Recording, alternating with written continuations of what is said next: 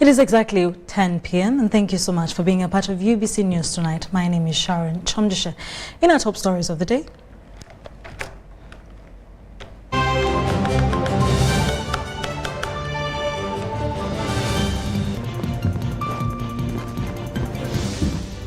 in UBC News tonight, Parliament has rejected the coffee agreement between government and a foreign company. Still to come, the First Lady Janet Museveni has asked science teachers to end the strike. Omoro candidates take campaigns to gardens as voters insist on farming. Former presidential candidate Kizza Besigye blocked from marching to the city. In more stories.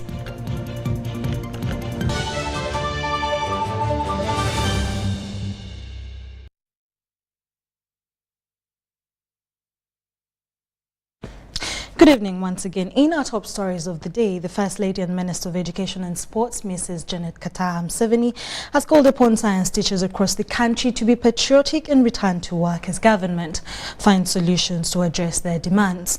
She said the government is not again against paying science teachers well, and therefore they should be patient as government looks for money to fulfill the promise. Janet Museveni was at Ruhama Secondary School, located 21 kilometers along Ntungamo-Mirama Hills Road in Ntungamo District, where she was, and together with the Japanese ambassador to Uganda, His Excellency Fukuzawa Hidemoto, commissioned a girls' dormitory constructed with support from the government and people of Japan.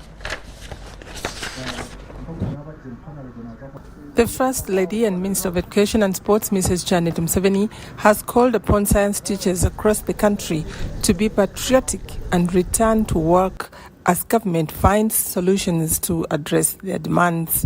Science teachers batwirinde bathreateninga kuba tagaruka mu mashomero. Itwe nka government turiyo tugezaho kuronda sente zo kubongera emishahara kunka tukakonkludingira ry'ekyo. Because we are still doing the budgeting, we have not concluded the national budget, annual budget.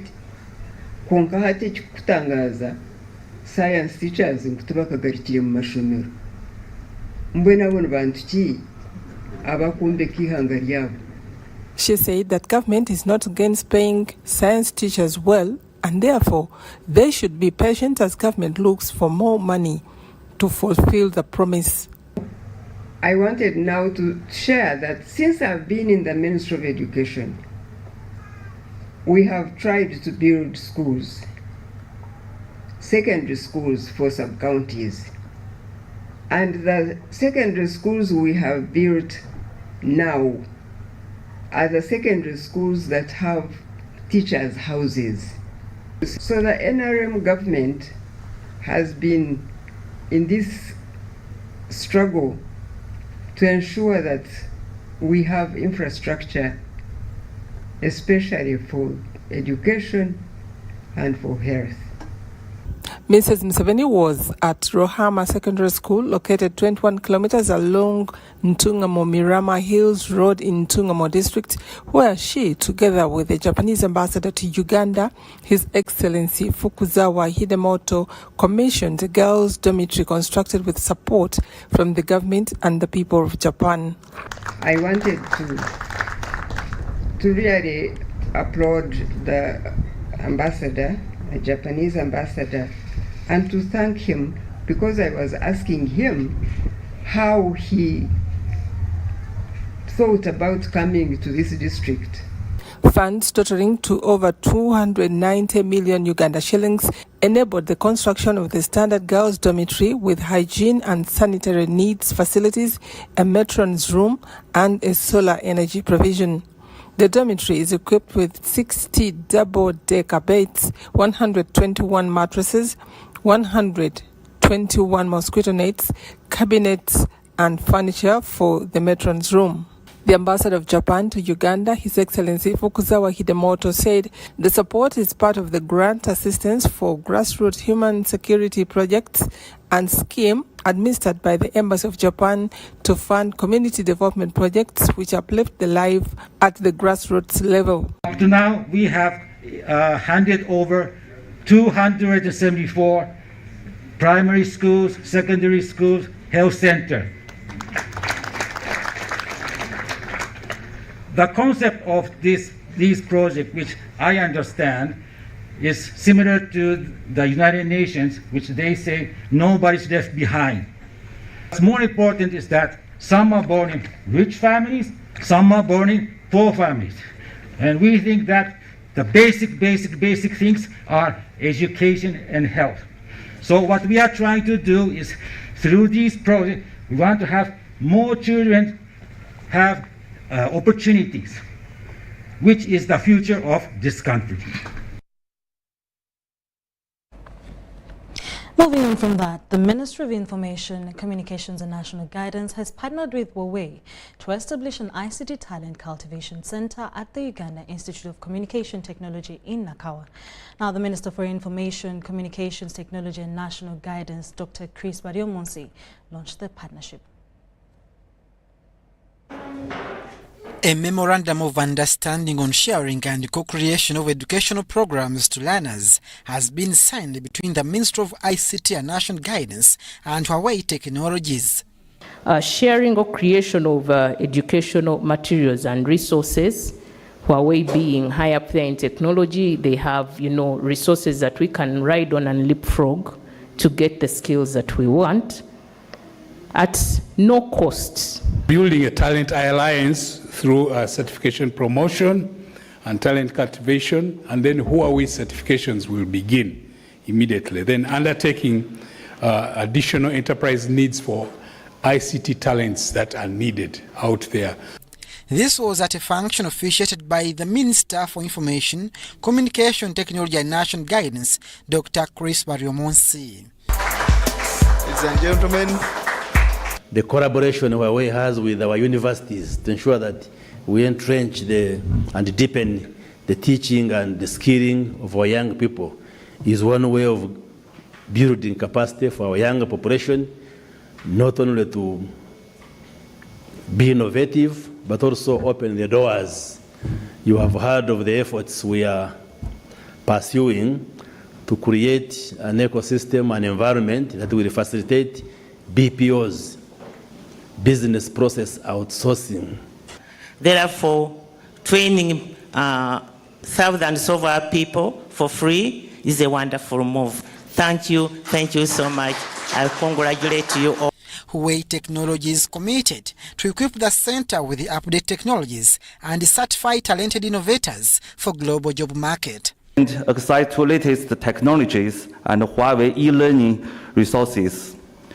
The third, access to industry standard simulation tools. The fourth, industry standard ICT training and certification for students. Airtel Uganda pledged to provide opportunities for practice. Airtel, as per its DNA, always support and promote programs to encourage aspiring engineers to acquire required skills through various programs of on and off class trainings. Skills like operationalization of 5G, cybersecurity, cloud applications, big data, and other ICT technologies will be provided at this center. So this MOU is very important to us as a country to make sure that we get the necessary skills, we have the necessary human capacity, so that we are not dependent on just persons from abroad to come and solve our problems and also run our networks. Abdul Nasir Lubwama, Memorable UBC event of News. unveiling the memorandum. Now, Parliament has unanimously deemed the agreement between Government of Uganda and Vinci Coffee Company Limited null and void. This follows the consideration of the report by the Parliament Committee on Trade, Tourism and Industry, which among others termed the recent coffee agreement as unconstitutional. Mbara South Member of Parliament, Mwine Mpaka, tabled the report, which was highly supported by the August House, chaired by Speaker of Parliament Anita Monga. You're lucky that you have presiding officers who are not needed. The 11th Parliament has declared the recent coffee agreement between Uganda and a foreign company null and void. The government is directed to terminate this agreement and report to Parliament within 6 months from the date of adoption of this report. The coffee agreement, which government sought to promote value addition in Uganda, has been deemed unconstitutional following the adopted report of the Parliamentary Committee on Trade, Tourism and Industry. Lastly, the officials who committed government to such illegalities should be penalized as a deterrent mechanism to stop similar occurrences in the future.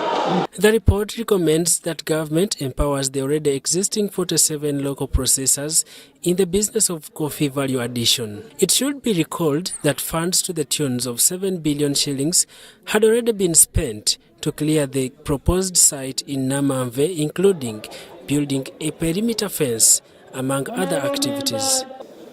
All Ugandans who have got land in Namamve have paid for it. We should never pay the premium of 2 million. I'm sorry to mention her because she's her. Immediately, the register of lands prefers a caveat on the title that is in the names of Uganda Beans Company. Parliament also spent the entire Wednesday afternoon considering the report on the government allocation of land in Naguru Nakawa, a Kampala suburb, which adds up to 142.5 acres. The sitting IGG has also been mentioned. That Honorable Persis Namuganza, then Minister of State for Lands, brought to the attention of URC presidential directives for allocation of land to entities. We met the President with Ugandan Commission. So I was informing them, since this is not a new matter to you, this center will need the 10 acreages of land. The report by the Select Committee pinned some top government officials over abuse of office while implementing purported presidential directives. All those who acted on alleged presidential directives with the disregard of the law must be held personally liable. The report also finds no legal framework guiding the operations and relations of Uganda Land Commission and Ministry of Lands, Housing and Urban Development in management of land owned by government. The other recommendation, the current commission should be retired in public interest for abuse of authority and violation of the executive authority. Yes, the committee recommends that all government land be identified, surveyed and titled to avoid loss. In this regard, URC should have a proper inventory and land register. About 1,747 known tenants entered into a memorandum with government to vacate the land in question for developments. The 17 million ex gratia to be revised to the current market value. Honorable Shabe, the purpose of the land should be considered and returned to its original use. Daniel Mugoya, Gloria Gwitabinji, UBC News.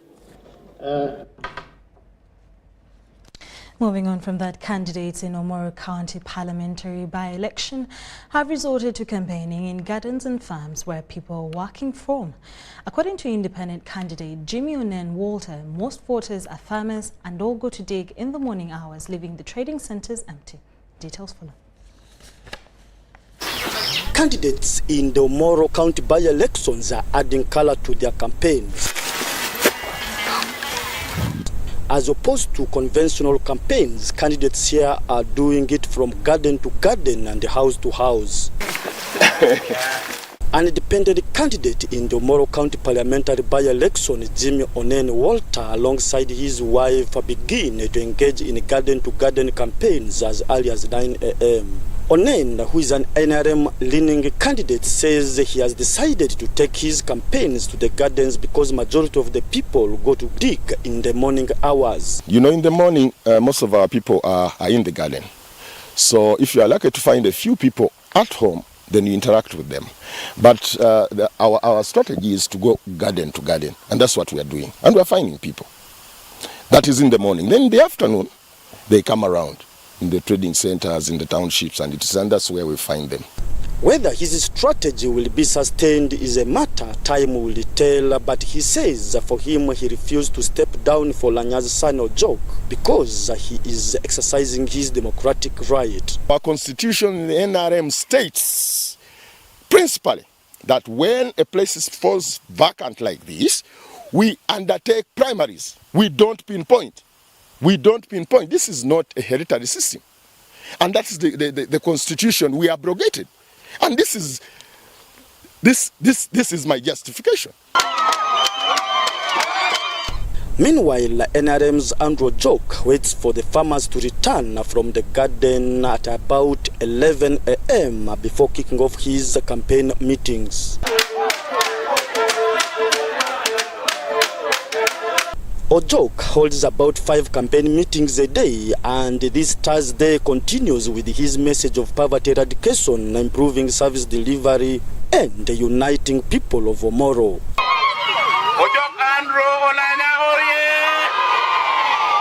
Ojok was joined by the Minister for Northern Uganda, Grace Freedom Kuchwini. The 6 candidates in the by-elections have 5 days to campaign before the polling day next week on Thursday 26th. Philip Aguta, UBC News in Omoro.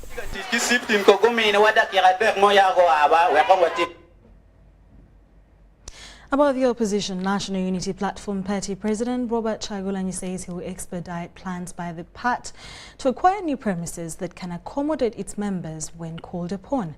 Chagulanyi, aka Bobby Wine, was meeting women with small businesses in Kampala at the party headquarters in Kamucha. While addressing the women, Mr. Chagulanyi also talked about the current issue of escalating prices, saying that the government must address the matter. He challenged women across the country to demand for accountability from government and their leaders for effective utilization of public funds.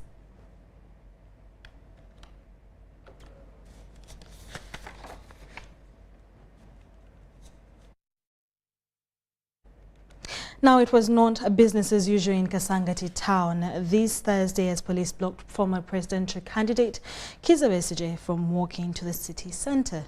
Besigye says he's protesting against the high commodity prices, and we have more details from Jane Kyomugisha. Take a look.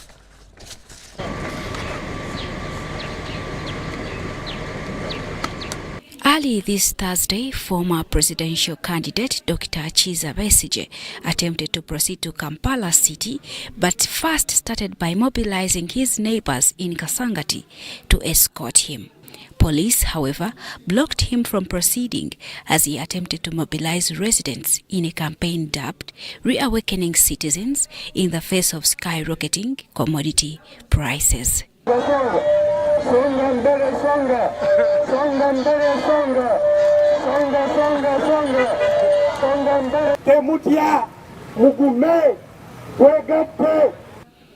Traffic and business was polarized as police reinforced its deployment in Kasangati and along the roads.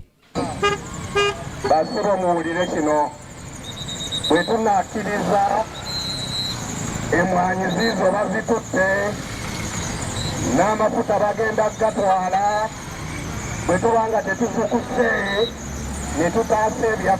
Jane Kyomugisha, UBC News. Thank you, Jane Kyomugisha. The government of Uganda has criticized the continued politicization of the current commodity prices, but rather advised Ugandans to remain calm as government seeks ways of arresting the situation. The Minister for Information, Communications, Technology and National Guidance, Dr. Chris Baryomonsi, has guided politicians against creating chaos in the country. Baryomonsi also says that the President, Yoweri Kaguta Museveni, will address the nation this weekend over the state of the economy and hopefully will offer solutions.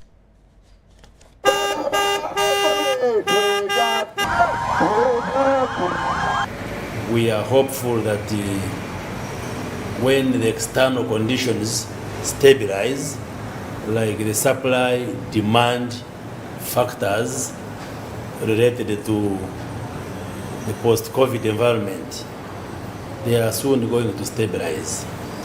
We also hope that once the Russia-Ukraine war, at whatever point it comes towards the end, some of these dynamics will definitely change. So we call for patience, we call for understanding, and we call for change in our consumption and expenditure behaviors so that we are able to contain this situation. We condemn all those who want to use this situation to just do politicking, to play politics, to incite the population. Because NRM is not the one which is in charge of all countries in the world that are facing a similar situation here.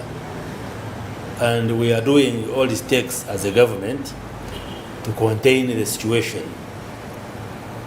We are not desirous of announcing measures which do not make economic sense, because there are those who are arguing that we should cut taxes, we should give subsidies and the other incentives, and we have studied all these proposals and we find most of them not to make economic sense. For instance, if you announce that you have reduced the tax on fuel, it does not necessarily mean that the price of fuel will come down, but rather you are going to see the black market now thriving, which will cause more scarcity of fuel, and that even can even hike the price of fuel and it goes higher than what we expected. So we've studied all this. We think that in the prevailing circumstances, we need to focus on supporting and empowering Ugandans to engage more in production so that we can boost our economy.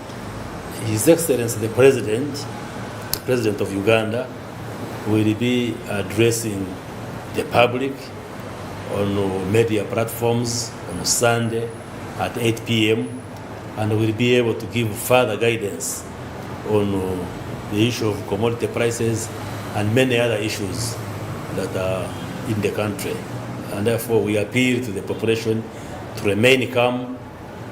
We ask politicians, government or opposition, to guide the people appropriately, but not to use this situation to just do politicking, which does not solve the problem at hand. Well, there you have it. The President will be addressing the country on Sunday. Now, Parliament has approved a supplementary request of 617.9 billion Ugandan shillings, part of which is to cater for UPDF operations in Congo and Karamoja and also salary shortfalls. The supplementary request of 617.9 billion 2021-2022 comes just a few weeks to the next budget reading. Details follow. For adoption of the report of the Committee of Supply.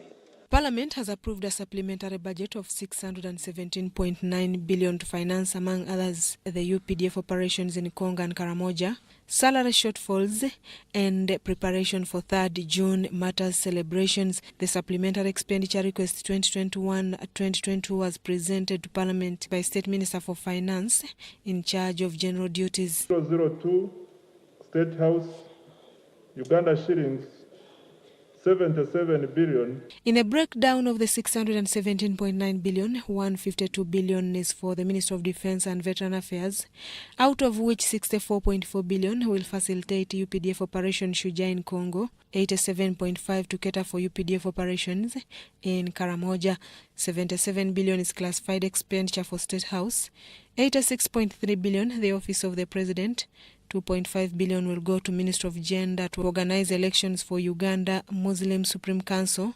251.7 billion to cater for salary and wage shortfalls, and 1 billion to Fort Portal Diocese for Namgongo preparations. 64.497 billion is to facilitate UPDF Operation Shujaa in Democratic Republic of Congo. Out of the 617.9 billion, 510.3 will be acquired through borrowing, while 107.6 billion will be financed through local revenue and external financing. We've allowed the minister to borrow 510 billions, which would ordinarily be done through our Committee of National Economy, where the minister would have gone first, show the indication that he wants to borrow this money. Because part of the money the minister wants to get in this supplementary is part of what they are processing in the 2 trillion request. Nonetheless, there arose questions and justifications on the supplementary request for different votes like UPDF operations and salary and wage shortfalls. UPDF and salary shortfalls took the biggest percentage of the supplementary. In my view, as a host of the Matters Day and what we have gone through, people have died during COVID, for us we have survived. I think it is very important that we celebrate that day. So we still expect the Ministry of Defense to give a comprehensive statement regarding the status of the UPDF in the Congo. We hope that this money will be put to good use. I put a question that the report of the Committee of Supply be adopted by this Honorable House. Those in favor say on the contrary, nay. The ayes have it. Members have, however, called for value for money and accountability, especially on Uganda's involvement in Congo and security status in Karamoja. The request comes a few weeks to the next budget reading. Susan Naong and Gloria Guitabinji reporting for UBC TV. Thank you so much, Susan and Gloria, for the detailed report.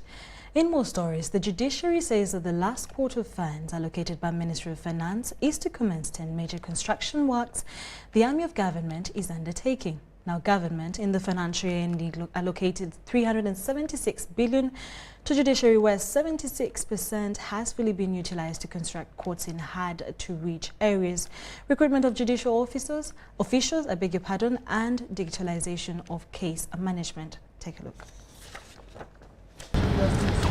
As Parliament makes the final budget allocations to different government entities, there are some entities that are not yet fully absorbed their allocated budget. By the law, all the funds appropriated and released to an entity by the Treasury must be absorbed in the 12 financial cycle months, or else the funds are taken back. In the financial year 2021-2022, the Judiciary presented to Parliament a proposed budget of 575 billion shillings. Only 376 billion shillings were allocated due to financial constraints. And we had also made provision to see how we can deal with case backlog. Physical infrastructure, like building more courts. Like we had planned to have Court of Appeal in Mbarara and Guru. But with this reduction, or without more funding, these two courts might not be built. With the construction of the archives, we were supposed to construct archives. We may not go that direction. There are other courts we were supposed to construct outside. We may not go there. Then the renovations, we shall halt. The Permanent Secretary to the Judiciary, Pius Bigirimana, says, whereas there were some financial cuts in their budget, the entity continued executing its mandate. To start with, the Supreme Court and Court of Appeal are progressing very well. Supreme Court, for example, tiling, wiring, window fixtures, door frames, painting undercoat, all of it is near completion. You can go there and check for yourself. They're almost finished. When we began this financial year, we had 146,000 cases. But from July to March, this last March, we had 158,000 cases. But in the whole of financial year so far, we have managed to have 133,801 cases disposed of. Among the courts built in the financial year 2021-2022 include Supreme Court and Court of Appeal in Kampala at a cost of 63.9 billion, Mukono High Court at 1.9 billion, Namayingo Justice Centre at 1.6 billion, Chibala at 1.2 billion, Sembabule Justice Centre at 1.8 billion, Buhweju Justice Centre at 1.9 billion, Shema Justice Centre at 1.8 billion, Kole Justice Centre at 1.7 billion, Butambala Chief Magistrate Court at 932 million, Kamwenga Chief Magistrate Court at 915 million, and Mayuga Chief Magistrate Court at 951 million.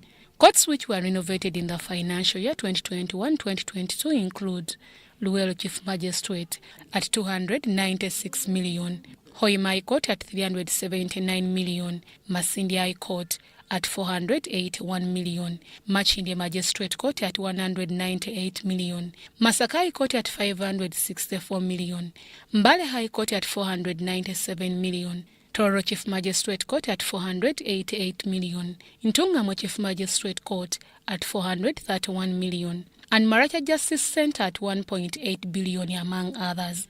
This is a work plan for this year. And this work plan has got clear outputs. There are activities which are in the work plan. There are clear performance indicators. There are time frames for each activity. And there are costs associated with these outputs. 2, absorption for non-wage and development is doing very well. And you can see for yourself what is happening. Mr. Pius Bigirimana also explains how the remaining 26% of the judiciary budget is to be utilized. There was some money which had not been absorbed because by the end of the third quarter, there are certain certificates that had not been presented. There were constructions that had taken place. Like this Supreme Court and Court of Appeal, there are certificates that had not come in. Like Mukono, where I visited the other day to inspect and see how far the work has gone, and the other courts that are being constructed. And I'm happy to inform you that actually, since we last met, I have got certificates which have come in and have been paid. On non-wage, for example, 4.6 billion has been paid. On development, 11.8 billion has been paid. And in the coming week, I'll be spending almost 14.5 billion. So the money is spent. By the time we finish this month of May, there will be no money left on development. There will be no money left on non-wage. Among the contracts signed and are to be commenced before the financial year closes are the construction of 8 regional courts, which include Soroti High Court at 1.5 billion, Lukunjiri High Court at 1.62 billion, Arubatong Chief Magistrate Court at 1.5 billion, Budaka Chief Magistrate Court at 1.6 billion, Liantonde Chief Magistrate Court at 1.5 billion, Abim Grade 1 Magistrate Court at 996 million, Kalenga Grade 1 Magistrate Court at 1.4 billion, and Patongo Grade 1 Magistrate Court at 995 million. In the last 2 weeks or so, you've seen Judicial Service Commission coming up with the recruitments that they have made for magistrates, for chief magistrates, for magistrate grade 1, senior magistrate grade 1, and principal magistrate grade 1. All of these have been released, which means that they're going to assume office. And what that means is that they're going to be paid salary. So this will help to reduce the amount of money that is there for wage. And even non-judicial officers, there are those who have been recruited within the establishment that we have. With assurance from Parliament that another 376 billion shillings is to be allocated to the Judiciary, the Permanent Secretary, Pius Bigirimana, assures Ugandans of better service delivery. I have said we have put a platform for every Ugandan to file a case, for example. So there will be no excuse. You can't say, I can't file a case. No. 2, we are recruiting more magistrates to reach almost every district. So people will have access to justice through these judicial officers that we are putting in the district. 3, I have told you that we have got money. We bought some vehicles, although we still need more. At least cases to do with land division will be sorted out, because the problem in the past has been visiting the locals. We are going to have more disposed of because of the ongoing recruitment. The more judges we have, the more cases that will be raised. The more magistrates we have, the more cases that will be disposed of. Deborah Namamonde, Nantongo Rebecca, UBC News.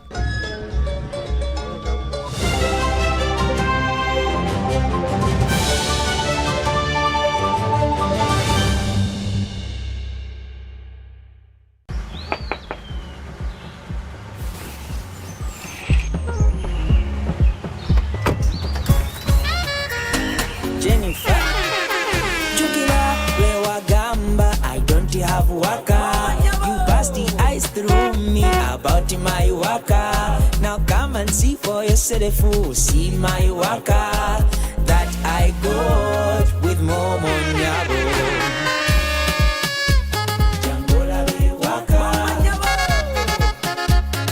Look at the waka, see my waka that I got with Momo. Show them waka with MTN Momo Nyabo. Simply deposit 20K or more on your mobile money for a chance to win 3 Toyota Succeeds and money to 2,000 lucky winners every week. We're giving away 24 cars and over 2 billion shillings of mobile money. Water gives life. Water is life. But not all water is created equal. Refresh yourself with the new quality Nirvana packaged drinking water and fuel you and your passion to go further in life. Visit a shop near you and grab a 250 ml at 500 shillings, 500 ml at 1,000 shillings, 1.5 liters at 2,000 shillings, or the 20-liter jumbo bottle at 19,000 shillings. Nirvana is a product of Crown Beverages Limited, the makers of Pepsi products. Beat the back-to-school hustle today. Pay school fees conveniently using Airtel Money. Dial *185#. Select option 6, school fees. Select to pay using Bridge Schools, School Pay or Beg Pay. Select option 1, pay fees. Enter student number. Enter the amount. Enter the PIN number to complete payment. Airtel Money. Instant, secure, borderless. Affordable packages, great entertainment, sports, the local content, telenovela, the movies. There is something for everybody. Go TV, this is where great stories live. Get the best entertainment for any budget. With GoTV, you will have great entertainment for as little as 13,000 Uganda shillings per month. GoTV, great stories, Zidiwano. GoTV Uganda, love it. Even with my grandson, a doctor at my side, I struggled to get the help I needed. But he saw something that day. He began to work day and night. He wouldn't quit. even when people said no. He wouldn't stop fighting. He knew something had to change, and his vision was bigger than anyone could imagine. He made it possible to receive quality medical services anywhere in Uganda by simply using a phone. This is a story of a regular Ugandan just like you, who harnessed the power of technology to provide a solution for us. How about you tell us your story? UG needs more of you. To share your story, visit airtel.co.ug/UG needs more of you or call or SMS 162. Airtel, the smartphone network.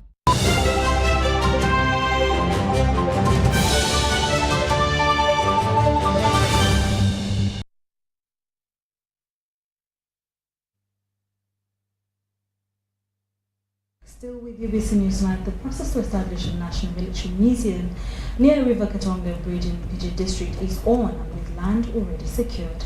UPDF National Political Commissar Major General Henry Masiko says feasibility studies have been conducted for proper planning and site selection. Masiko says technical persons are expected to make benchmarking visits to countries with already war museums, including South Africa. Details below. This is the 22-acre piece of land secured near River Katonga on Kampala-Masaka Road for establishment of a national military museum. Feasibility studies have been conducted for a well-positioned site to be established for works to kick off. We expect that once the studies are over, then works will start for the structure that will house the museum at Katonga. The objective of the initiative is aimed at preserving important historical information. This comes barely days since Uganda joined the rest of the world to celebrate International Museum Day. The museum is not about the building or structures, it's about the content. So we have a team led by our Commander Doctrine who already in the process of gathering the important artifacts, the important stories, and its work ongoing. It is an initiative originally overseen by the late General Pecos Kutesa. He is brilliantly remembered for commanding the battle here in the late 1985 under the overall command of General Salim Saleh. Alongside is sourcing the resources. It's a project that is going to roll over a number of years given the amounts of money involved. So we are also involved in vigorous resource mobilization, engaging the Ministry of Finance and or other stakeholders. Projected to cost about 43 billion Uganda shillings, it will take benchmarking from other countries to have a successful preservation of Uganda's liberation history. In June, there is a team which will visit the war museums in parts of Europe and also some parts of Africa. We've identified South Africa. We were thinking of Ethiopia, but we are still monitoring the situation. The Battle of Katonga formed part of the culminations towards 26 January 1986, when the National Resistance Army took over power. For Ugandans not to forget this history, the answer is in this National Military Museum, whose foundation stone was laid on 29th December 2020. Henry Okrut, UBC. The Minister of State for Economic Monitoring, Peter Ogwang, has advised leaders at all levels to collaborate with government in the campaign against corruption. Ogwang was on a fact-finding mission of government-supported projects in Machindi's Sebagabo Municipal Council. Details follow. The Minister of State for Economic Monitoring, Peter Ogwang, has inspected different presidential initiatives in Namaswa and Mutundwe, Makitinde Sabagabo, at a market vendors circle in Mutundwe, A moneylender who had made it a habit to use the association's money for his own benefit by charging huge interest rates was netted by State House Anti-Corruption Unit and waits interrogation. Seems to be contested. It is meant to be a market vendor circle, but the information available is that the people who hijacked the circle are not people who are market vendors. They are just money lenders, and they are giving out money. Ogwanga was seemingly annoyed by business moguls who exempt themselves from paying local revenue levied on property taxes. Issues of local revenue under declaration.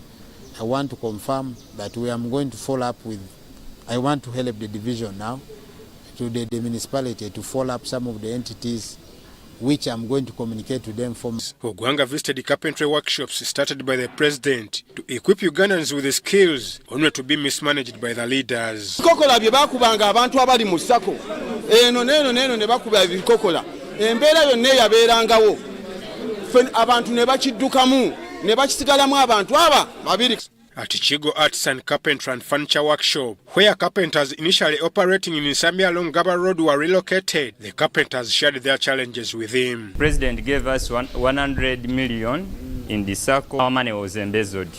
Minister Ogwanga asked leaders to jointly work with him to stop corruption. Colleagues, the members of parliament, the mayors, particularly for Bwakiso and other parts of the cities where we shall be, then the LOC5 chairpersons, let's cooperate.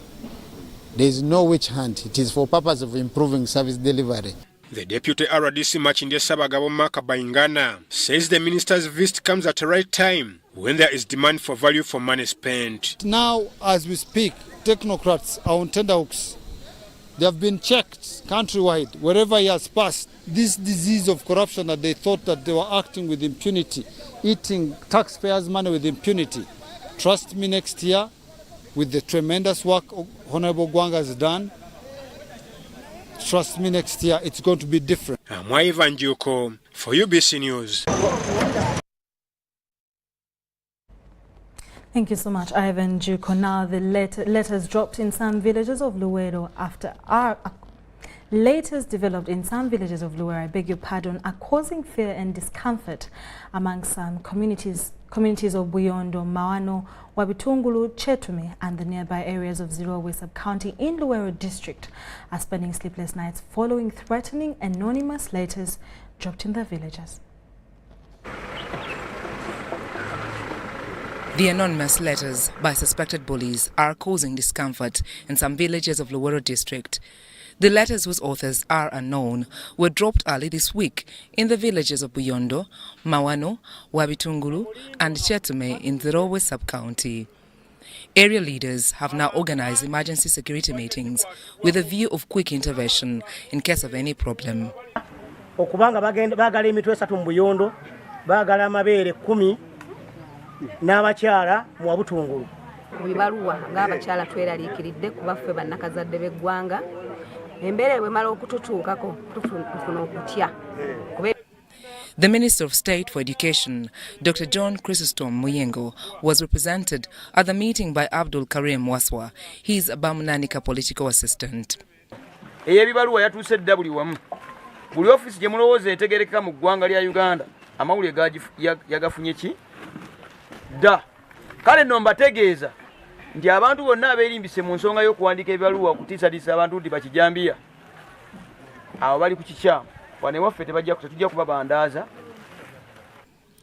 During the meeting, the minister's political assistants donated at least 20,000 loaves of bread to the elderly, schools and the underprivileged.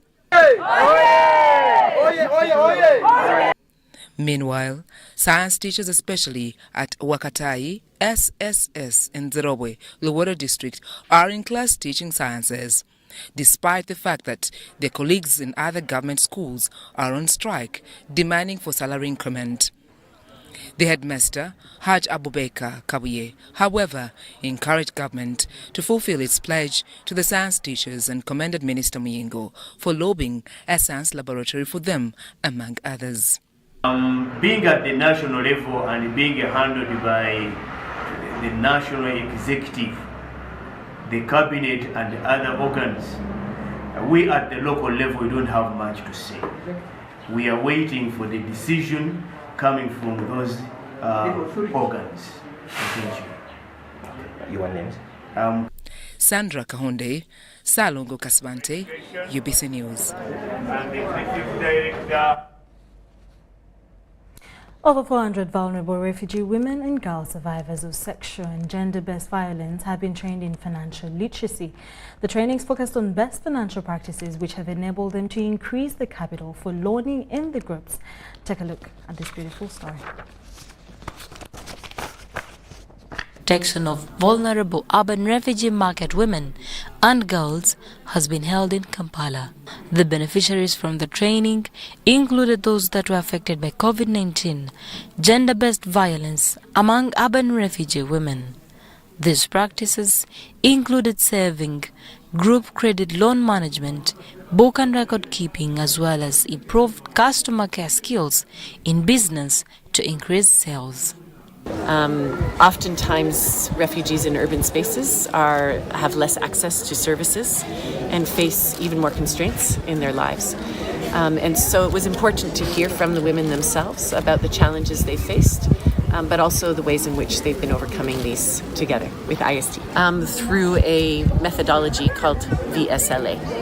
These urban refugee women have operational business around Kampala in the fields of food industry, clothing, jewelry, confectionery, soap making, designing of bags and shoes. That sum that we save, that little thing that we save, we buy one machine, and we started a small capital because in our team we are doing tie and dye. We have fashion designing, tailoring, we are doing beads, so the small money we save, we buy some of the things, the items to start up something little. Naye batuyigiriza engeri osobola okuplaningira sente ng'osobola ozikozesa obulungi kubanga ekintu kyonna bw'oba okikoze nga kiri planned kibeera kirungi. Women refugees appreciated the session of violence with a shift from understanding violence in relation to sexual violence, which included rape, forced sex in marriage, and harmful practices. Naye twebaza nnyo IST wamu ne UN Women kubanga batubeererawo ne batuwa akasente. The Institution for Social Transformation rolled out its partnership to implement a Market Women's program in Uganda with the UN Women in 2016 to address the plight of the invisible market women.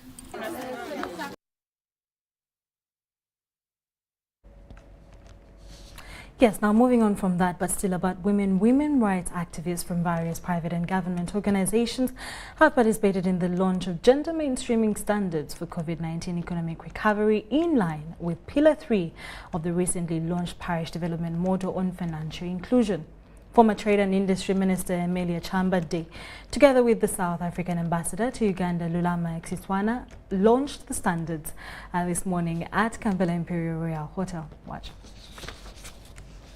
Following the negative effects of COVID-19 on women, both socially and economically, there is need to devise ways of empowering women to recover economically and socially, in line with Pillar 3 of the recently launched Parish Development Model, which stresses financial inclusion. Women rights activists from various organizations have launched the gender mainstreaming standards for COVID-19 economic recovery. The 3-year program is spearheaded by the New Faces, New Voices campaign under the support of the Graca Marshall Trust in partnership with the Bill and Melinda Gates Foundation. 3-year project. So this is just the beginning. We are just launching the standards. What are those little things that we can do that are in our control as policy makers, as financial institutions, as the tax bodies? Presiding over the launch, former Trade and Industry Minister Emilia Chambade and South African Ambassador to Uganda, Lulama Xiswana, gave some tips which can help women recover positively. Change, the mindset change has to start with you who's looking for empowerment. With you who's sitting here, you great lady here. Marshall Trust can look at is ownership of land by women. EcoBank Executive Director Grace Mulisa and prominent women activists in the business sector, Dr. Maggie Chigozi, also highlighted some challenges facing women in the recovery process. Things for me that I think we need to take away as women. First of all is that we must get up and seek for, one, information in terms of what is impacting our businesses. As women in business, we really appreciate the digitalization that has taken place. A lot has happened. We are now able to use mobile money and do not need to carry money.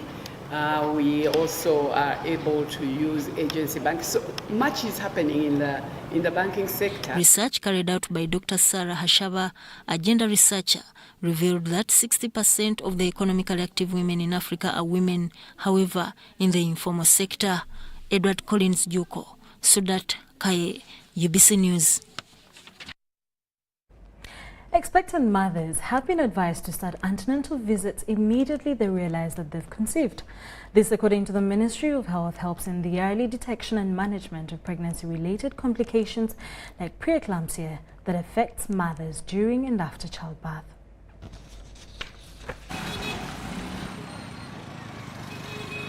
Preeclampsia is the second leading cause of maternal mortality in Uganda, accounting for 13–15% of maternal deaths annually. Also known as high blood pressure in pregnancy, preeclampsia is a condition that affects mothers during and after childbirth. The placenta, where the baby stays, that feeds the baby, the blood vessels release some substances that narrow the blood vessels. So I think, not to go into deep science, the placenta produces some chemicals that narrow the blood vessels and they cause the body to get high blood pressure suddenly. The month of May has been reserved to creation of preeclampsia awareness for mothers and health workers to be on the lookout for this condition that can be managed. Young mothers below the age of 20, those above 40 years, and mothers carrying more than one baby are most likely to have preeclampsia. Several women who get eclampsia may not show any symptoms, and those who show symptoms may exhibit one or more of the following: persistent or severe headache that will not go away even with painkillers, visual disturbances, they won't see properly, upper abdominal pain, altered mental status, dyspnea or difficulty in breathing, swelling of the face, hands and feet. These are really common things to look up to. On the other hand, statistics from the Ministry of Health indicate that the cases of maternal mortality have declined from 16 deaths per day in 2016 to 5 deaths now.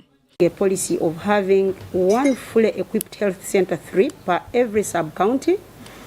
This has increased the number of mothers delivering under skilled birth attendance to 73%.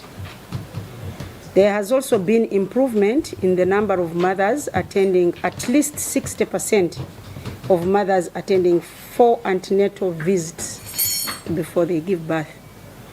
This year, World Preeclampsia Day will be observed in Mbale City on 21st on the theme Screen Early, Act Early.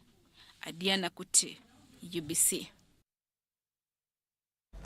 Thank you so much, Adiana Kuti. Screen early to detect whatever it is wrong with your baby or pregnancy for all the mothers out there. Now, government has drummed up calls for institutions of learning to ensure acquisition and installation of lightning rods as a safeguard against adverse effects of lightning strikes. The Minister of Education and Sports spokesperson Dr. Dennis Mujimba says shielding learners and infrastructures from lightning strikes are calls for deliberate efforts from all stakeholders, private operators notwithstanding.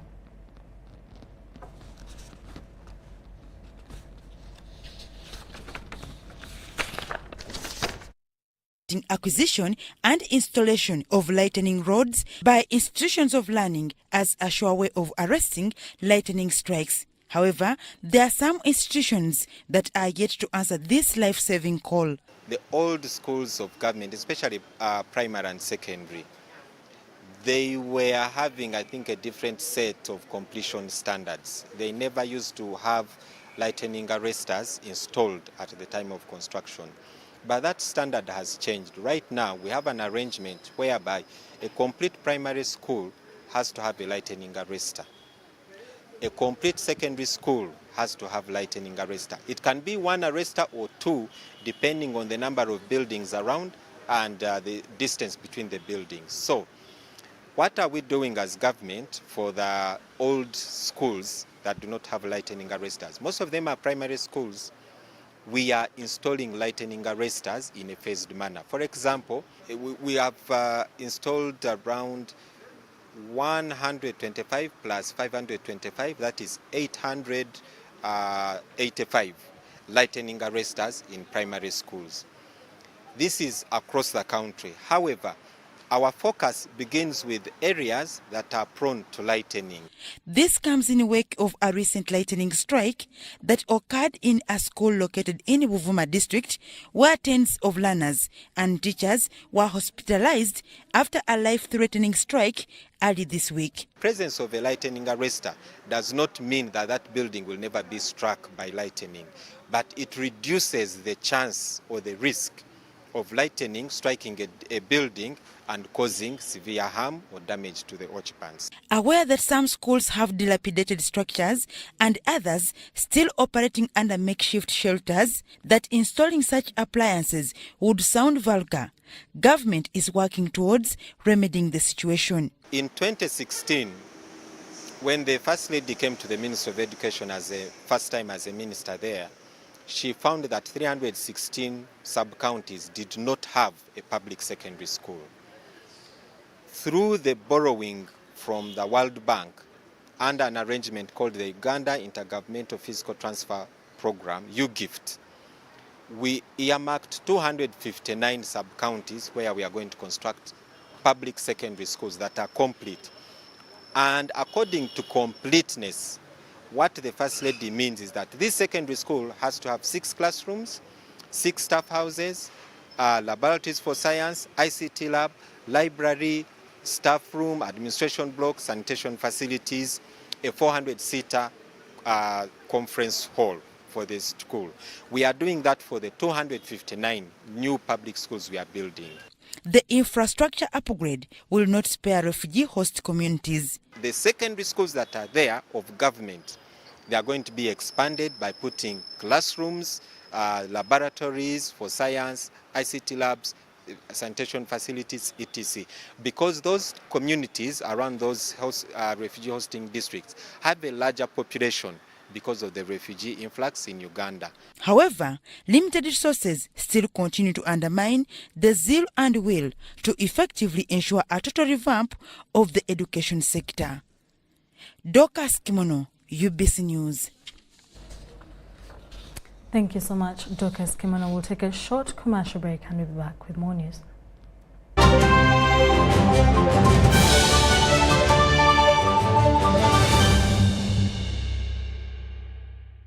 The Kabaka Birthday Run 2022 is back on Sunday, 3rd July 2022 at Lubiri Mengo. This year, the run will be physical and will be flagged off by Sabasaja Kabaka at 7 a.m. Come out in large numbers once again to Lubiri Mengo. Run for a cause to fight and end HIV by 2030. Buy your ticket today at 15,000 Uganda shillings from Airtel shops at Tobani Center, New Taxi Park, ShopRite Building, Benchwanka Street, Majestic Brands Office at Bulange Mengo. You can also buy your ticket using Airtel Money. Dial *185*5 hash. Select Payments, select Kabaka Run, and follow the prompts to complete the payment. Kabaka Birthday Run 2022 is brought to you by UNAID, CBS, BBS, and Airtel, the smartphone network. Diocese of Kigezi.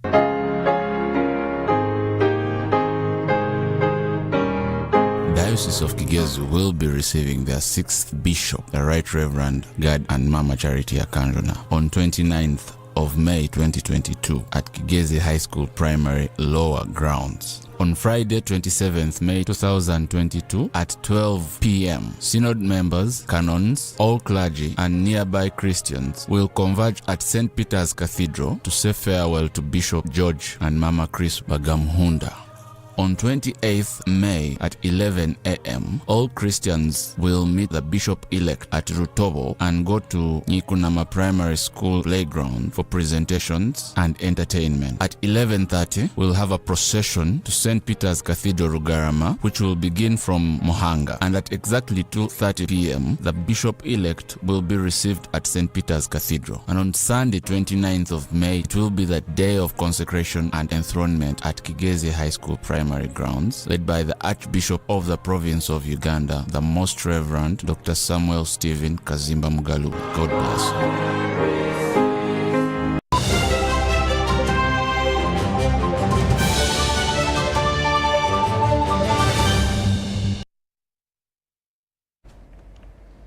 Welcome back from that short commercial break. In our business stories, COVID-19 induced lockdowns impacted negatively mostly the economic activities that conversely negatively affected people's incomes. Now, small-scale businesses, owners and low-income earners across the country, mainly those working in the informal sector, were the most affected. Take a look.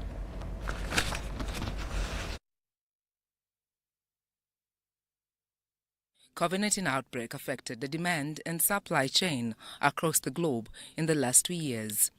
In response, governments have implemented a raft of measures, including stimulus packages executed by various agencies. The response by governments has included a combination of cash transfers to households, credit guarantees for firms, easier liquidity conditions, repayment of grace periods for much of the private sector, and accounting and regulatory forbearance for many financial institutions. And we had these discussions, thanks to His Excellency Museveni, that he focuses his energy oftentimes in the right direction. And he guided us that we have to give a bailout, sort of, to say, like an incentive to get these companies that are struggling, particularly the local companies.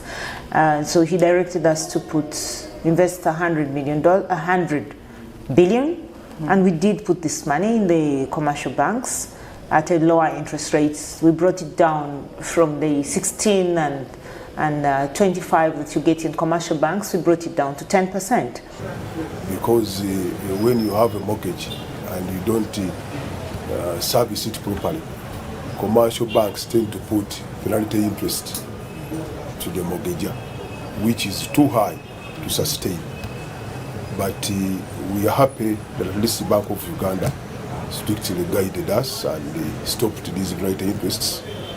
And as a result now, we are stabilizing and we are continuing to pay. Although these actions have helped to partially mitigate the economic and social consequences of the pandemic, they have also resulted in elevated risks, including public over-indebtedness, increased financial fragility, and general erosion in transparency. The government has put money aside for vulnerable economies. It has put money for SMEs, small and medium enterprises. It has put money for different sectors. Approached government, we wrote, asked for some assistance.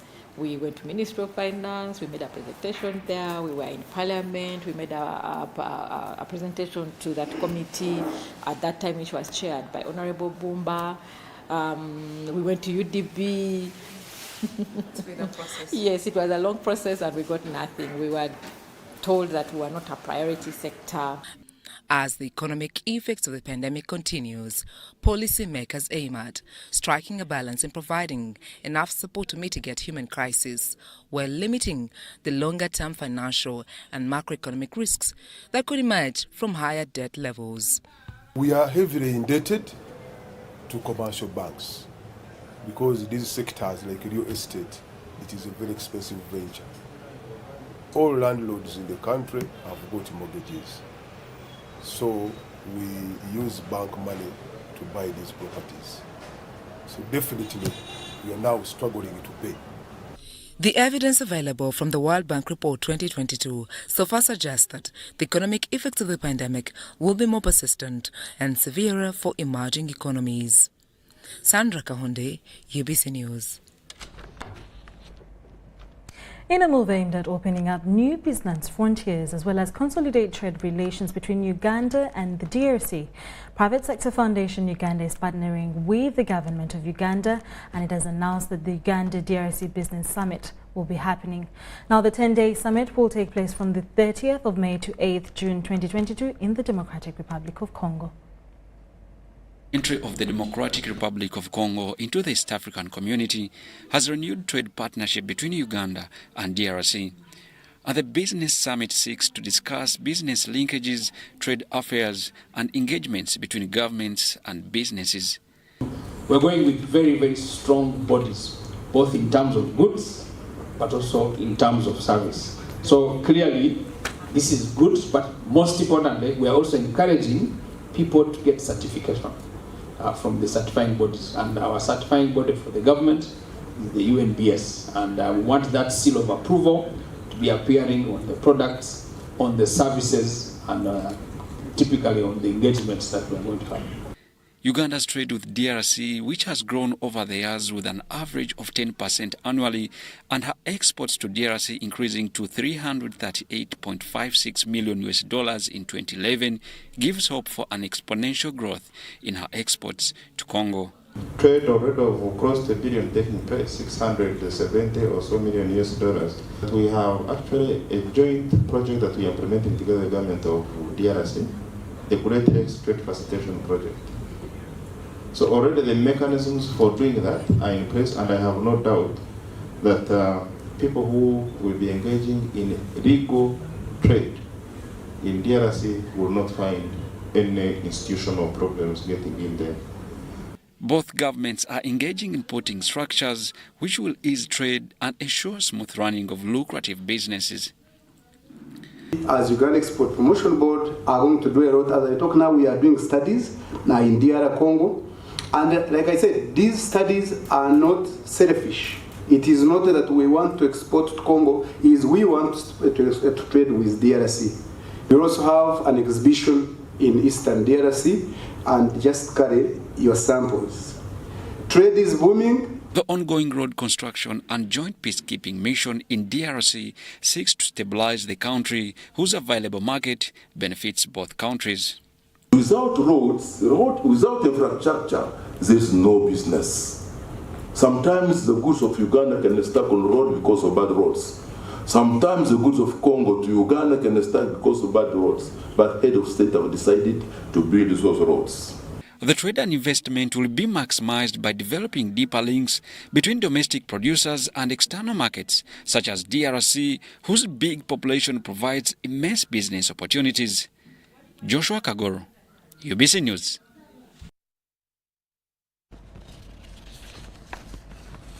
Moving on from that, the Federation of Wakiso Boda Boda Association has appointed the chairman NRM Wakiso District, Haj Abdul Chiimba, as their patron to streamline their business. The chairperson Federation of Wakiso Boda Boda optimistic that he will perform to his expectations and commended the Federation of Wakiso Boda Boda Association for entrusting him with a mandate of improving the welfare.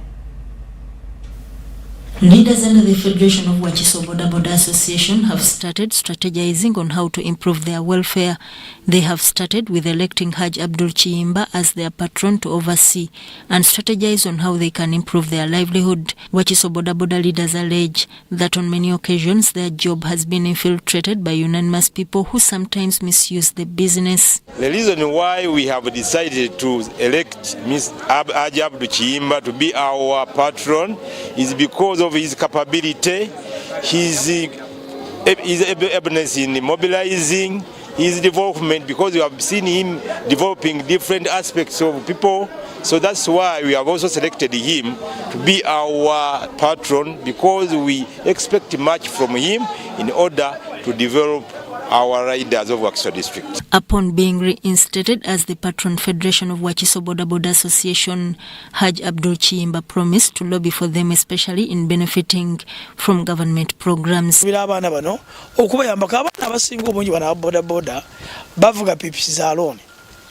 Nenga te government eino mutema gwesolo kwa bana sajja bana boda boda si bana mulimu nabaine emyaka ejinsinga ejange nino kwatu bakaza kuti bana ba boda boda ne basajja bakulu bavunaanzibwa baina maka balina abakyala basomeseza abaana ate bazimbye amayumba gaabwe. So bantu bavunanzibwa, abantu bana boda boda beetaaga okulobingirwa ti gavumenti esobola okubeewolezayo pikipiki mu busente obutono ennyo. Pikipiki egula miliyoni 4.5. Naye abaana basasula pikipiki emiliyoni 7, emiliyoni 11, emiliyoni 9. Kati omuntu oyo banga tamuyambye buyambi.